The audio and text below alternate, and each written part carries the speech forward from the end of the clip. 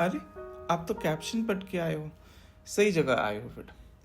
तो इसकी कहानी शुरू होती है पुणे की टेक कैपिटल हिंजवड़ी फेज 1 से फेज 3 तक। वैसे तो ये जगह वीकडेज में काफ़ी क्राउडेड होती है, आज तो फिर भी सैटरडे है तो रेयर ही कोई दिखेगा, unless production is on fire. Phase 1 two phase 3 के रास्ते में एक और कंपनी है, नाम है परसिस्टेंट, वो आपको देखने को मिल जाएगी। आज तो यहाँ भी सन्नाटा है। फेज 1 टू फेज 3 जाने के दो रास्ते हैं, एक मानगांव की तरफ से और एक हिंजवड़ी फेज 2 की तरफ से। तो वैसे तो चलेंगे मान की तरफ से, और हाँ, सड़कों की तरफ मत देखना। वैसे तो पहले सड़कें बनती है और फिर उसमें खड्डे बन जाते हैं, बट यहाँ कुछ अलग है। यहाँ पहले खड्डे थे, अब उसके ऊपर पैच वाली सड़क है। तो 5 किलोमीटर तक की जर्नी में तो आपको फुल बॉडी मसाज मिलेगा, वो भी फ्री। अब जब सड़कों की हालतें बुरी है तो कोई तो जिम्मेदार होगा। तो चलो पूछते हैं। पीसीएमसी वाले कहते हैं हमारा मर्जर ही नहीं हुआ, मानगांव वाले हमें मर्ज नहीं होने देना चाहते। अब पीएमआरडीए वाले कहेंगे करते हैं कुछ प्रबंध। ये तो होगी पॉलिटिक्स की बात, छोड़ो अभी से। तो बेशक मसाज लेते हुए चलते हैं फेज 3 की तरफ। चलो इनसे ही पूछते हैं। हाँ, बात हुई उनसे। एग्जैक्ट डेट कमिट कर पाना तो अभी थोड़ा मुश्किल है, पर है सब अंडर प्रोसेस ही है। जैसे ही इंफॉर्मेशन आती है मैं सबसे पहले देख रहा है विनोद। फेज 3 की तरफ पहली कंपनी आपको दिखेगी, सरकारी कंपनी, जो कि है टीसीएस। आज वीकेंड है और फिर भी क्राउड। कैमरामैन जल्दी फोकस करो। कौन है ये लोग, कहां से आते हैं ये? पूछने पे पता लगा, अरे आज तो यहाँ पे रिक्रूटमेंट ड्राइव है, और वो भी एक्सपीरियंस वालों का। पहले मुझे लगा था यार ये देश के नवयुवक फ्रेशर्स होंगे, लेकिन नहीं, यहाँ तो गड़बड़ है बाबा। एक बंदे से बहुत मुश्किल से मैंने ये ईमेल ली है, और ये आज इन एक्सपीरियंस लोगों की हायरिंग कर रहे हैं, इसमें फ्रेशर्स नहीं है। बॉस ये सब दोगलापन है। और फिर अपने हाथ में 18 साल की मेहनत लिए कुछ लोग जाते हुए। बस सड़कों की तरफ मत देखना, एक दिन तो बेचारे नितिन गडकरी जी भी वापस हो गए। खैर, टैक्स की बात हो तो हम फर्स्ट। अब बात करते हैं टीसीएस की।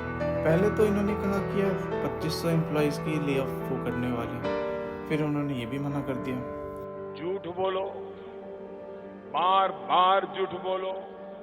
फिर जब बात कुछ ज़्यादा ही मीडिया में फैल गई तो फिर इन्होंने कहा कि हाँ यार चलो एक्सेप्ट कर लेते हैं कि यार 12,000 तो हम नहीं रख पाएंगे यार। अब वो बात जिसके लिए आप यहाँ आए हो। Let's see the filing of this company in the Q1 and Q2।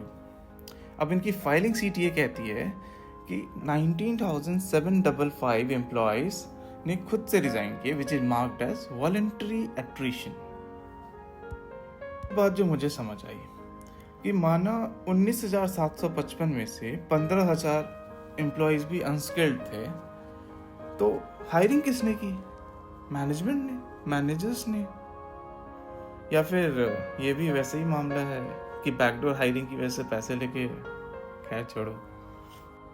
एक फॉर्मर एम्प्लॉय से मेरी बात हुई तो उसने बोला मेरे साथ तो यार बहुत बुरा हुआ, कंपनी इथिक्स मोरल की बात करती है, और उन्होंने मुझे 20 मिनट भी नहीं दिए ये सोचने के लिए कि मेरी ज़िंदगी में आगे क्या होने वाला है।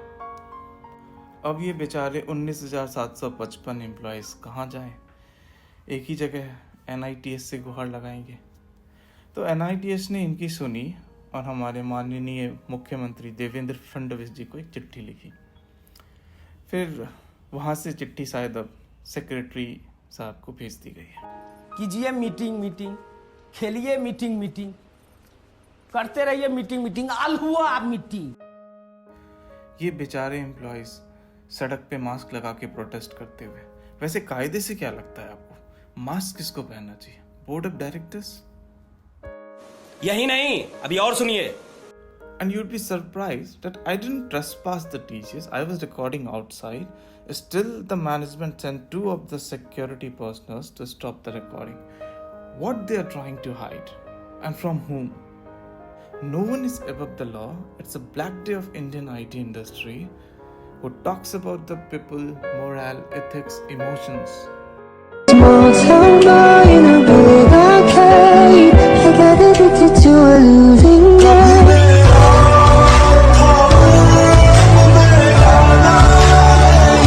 out of the 19,755 employees, there would be many who would be still on the toes now.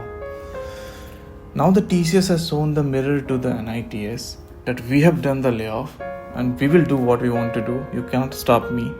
My appeal to my colleagues, brother and sister, please come forward and make the employees' voice heard. Let's fight for these employees, and the justice needs to be served. Justice is due.